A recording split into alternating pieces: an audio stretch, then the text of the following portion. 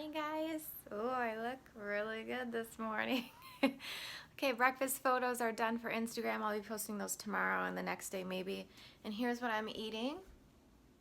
So it's basically overnight oats again with some yogurt and hot cherries. And then this one is same overnight oats with hot cherries and then some oranges and chia seeds on top. So I'm just going to mix all this together. Did I mention that there's some coconut yogurt as well? I'm gonna mix all this together and eat it for breakfast, and it's gonna be delicious. Okay, here's my yummy breakfast. Actually, I'm very excited for this. Oh, I'm gonna add a tablespoon of ground flaxseed because I've been forgetting to do that lately, so I'm gonna add that. Yay, got some good photography done for lunch. And also another mess, just like always. So this is the one I just photographed. It's a full kale salad on the bottom with some wild rice, green beans, red onion, roasted mushroom, roasted peppers, and then some hemp seeds and sesame seeds on top. Here's all the ingredients I was working with. And I did about 5 different variations on top of this kale salad. I love this idea of the kale salad plus whatever other veggies you have. Especially if you can do some raw onions and some roasted mushrooms, then you get in your G-bombs, a lot of your G-bombs during the day. And that gets it out of the way for you. So I am going to actually make a meal out of this now. I'm going to just put the kale salad back in the bowl I mixed it in, which is this bowl. Really messy. Then I'm just going to throw a bunch of the stuff on top, including some of the onions and the mushrooms, and I'll have a meal. I made the last of these tortilla chips, and I have some self-control right now for some reason, so that's good. And I also decided not to have any of that dressing with this meal. So I think that's helping too, because when I dip the veggies into that dressing, I'm just like, bah, bah, bah, bah, bah. So, all right, time to eat. Okay, guys, mess cleaned up. Lunch is ready.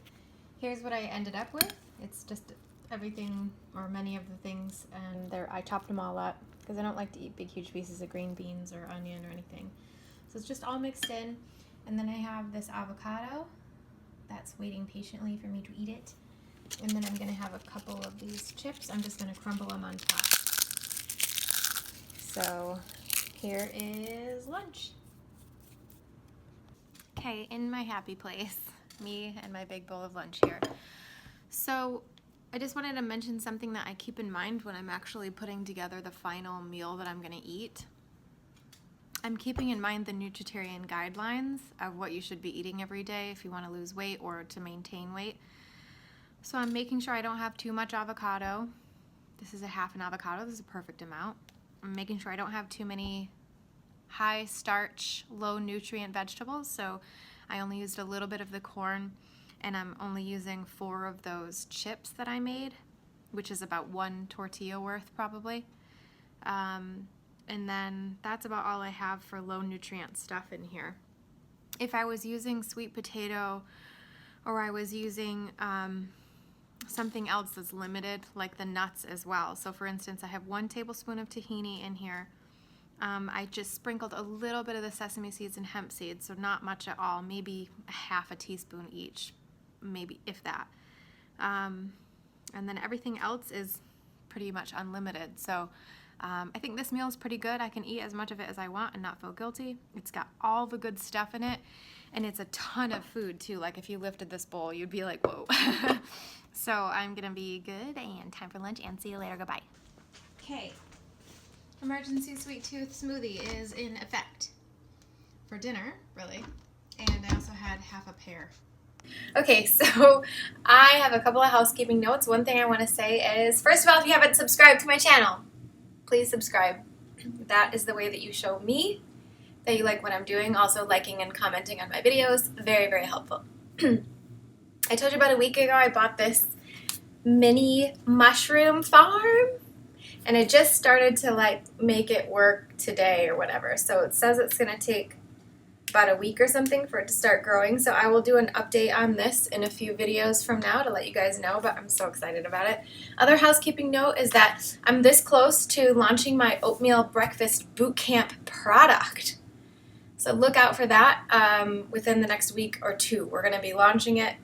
Final touches are going on it now, and it's It's like my first product ever, so I've been like really worrying about everything about it and trying to fix all these details and stuff, but I'm going to be coming out with more stuff quicker. But just keep an eye out for that. Basically what it's going to be is a 9-day program where you try a new breakfast meal every day. It actually has 2 bonus recipes, so it's actually 11 days, but I'm calling it the 9-day oatmeal breakfast boot camp, so keep your eyes peeled for that. It's going to be super affordable and super delicious. I'm telling you, I love all of these recipes, and it includes my savory breakfast oatmeal recipe that I was raving about like 6 months ago, that I totally love, and I know you guys are going to love it too. It's so delicious and very interesting to have savory oatmeal recipe, so look out for that. I'll be announcing it soon. The actual Nutritarian nugget that I want to talk about is from The End of Diabetes, and can't really see it because the lighting is all messed up, but this is by Dr. Joel Fuhrman. I'm going to leave a link for this book down below in the description so you can get it yourself if you're interested. It's a fantastic book. I want to read something to you, and I want to actually, this to me is one of the most important concepts to understand that I've actually been realizing over and over and over again throughout my journey. What I would like to do, bear with me here for a sec, I would like for you to close your eyes and just listen while I read this section, okay? It's going to take about 4 or 5 minutes for me to read it. But it is so important. It applies to everybody, not just people with diabetes. So please take a moment, turn off any kind of distractions you have going, anything like that.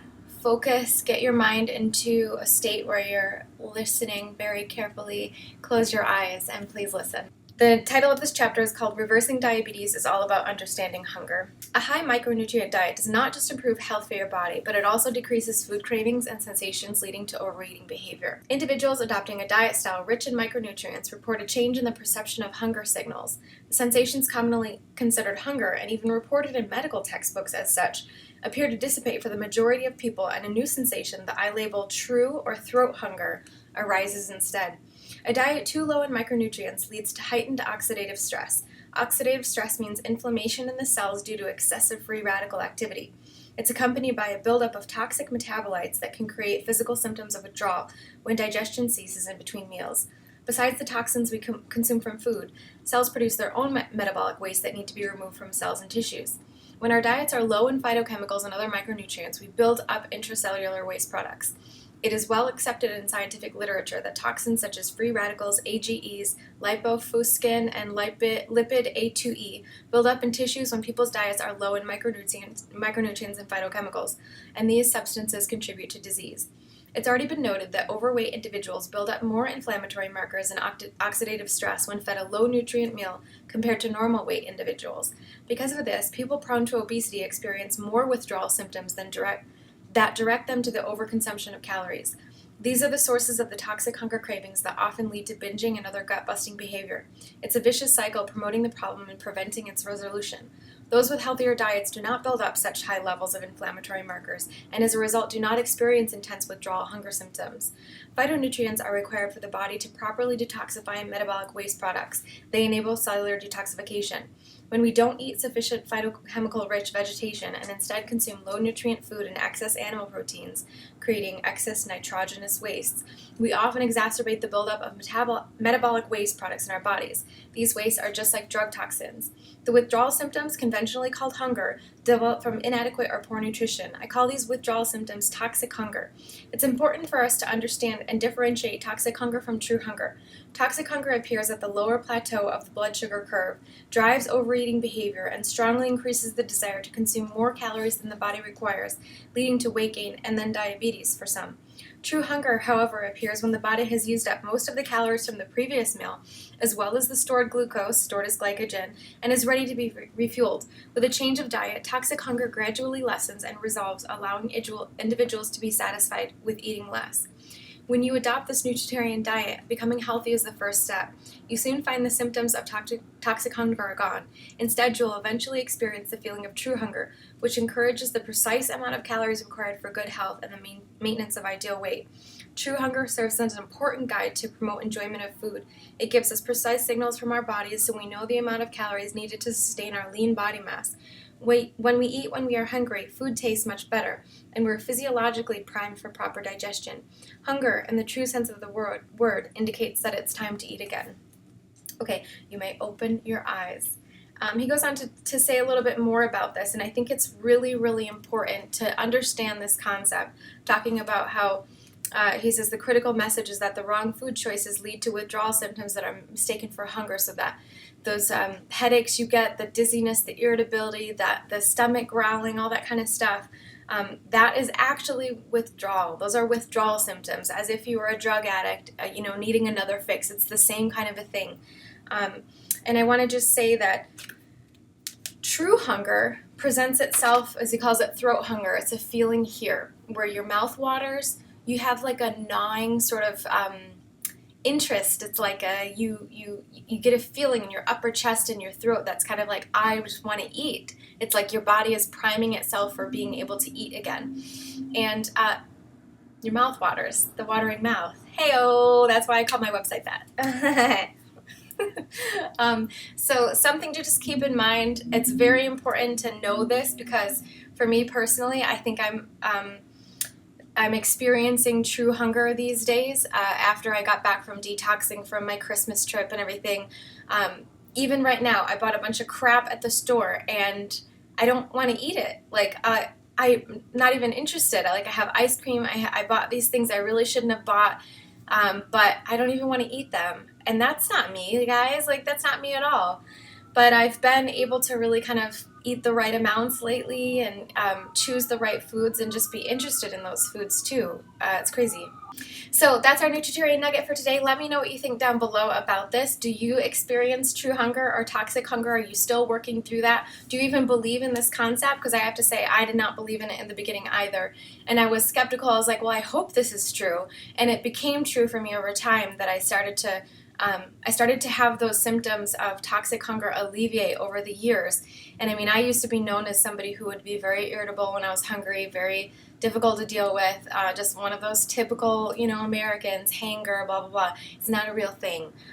It's withdrawal. So you can get over it too. Let me know what you think of this concept down below. And thank you so much for watching. Please subscribe, like, and comment. That's what makes me happy. See you guys tomorrow. Bye.